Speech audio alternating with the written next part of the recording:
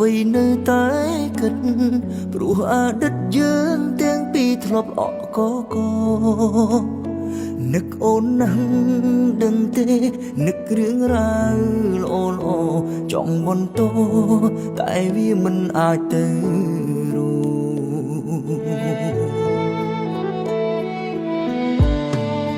សងសាចាស់បងអើ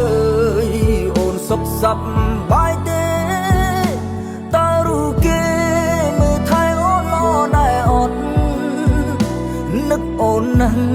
មិនគួរណាពួកយើងប្រត់ពេលនោះបើខត់ប្រកាសអូនមិនចាក់ចេញជីវិតពេលឯកាយកស្រាបំបាត់សែតបាត់មួយផ្លែក៏សែតឡើងវិញធម្មតាអើយតែផឹកទឹកភ្នែកដឹងមកពីណាព្រោះដឹងច្បាំងថាគ្រប់យ៉ាងមិនអាចដូចដើមសល់ត្រឹមអតីតឈឺចាប់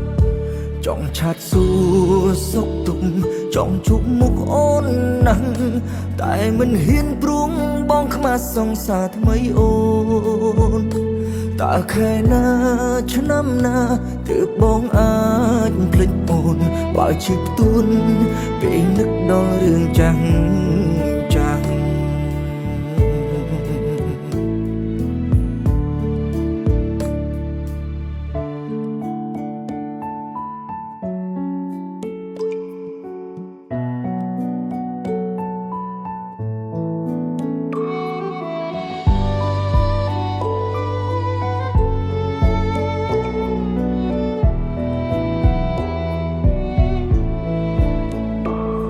អ្វីនៅ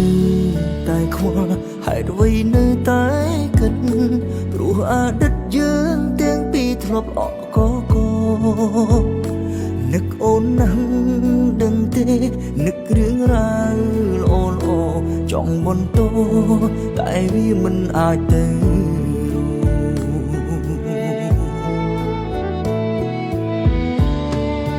សងសារចាស់បងអើយអូនសុខសប្បាយទេតើรู้គេមើលថែអូនល្អដែរអត់នឹកអូនណាស់មិនគួរណាពួកយើងប្រត់ពេលនោះបើខត់ប្រកាសអូនមិនចាក់ចេញជីវិតពេលឯកាយកស្រាបំបាត់សែត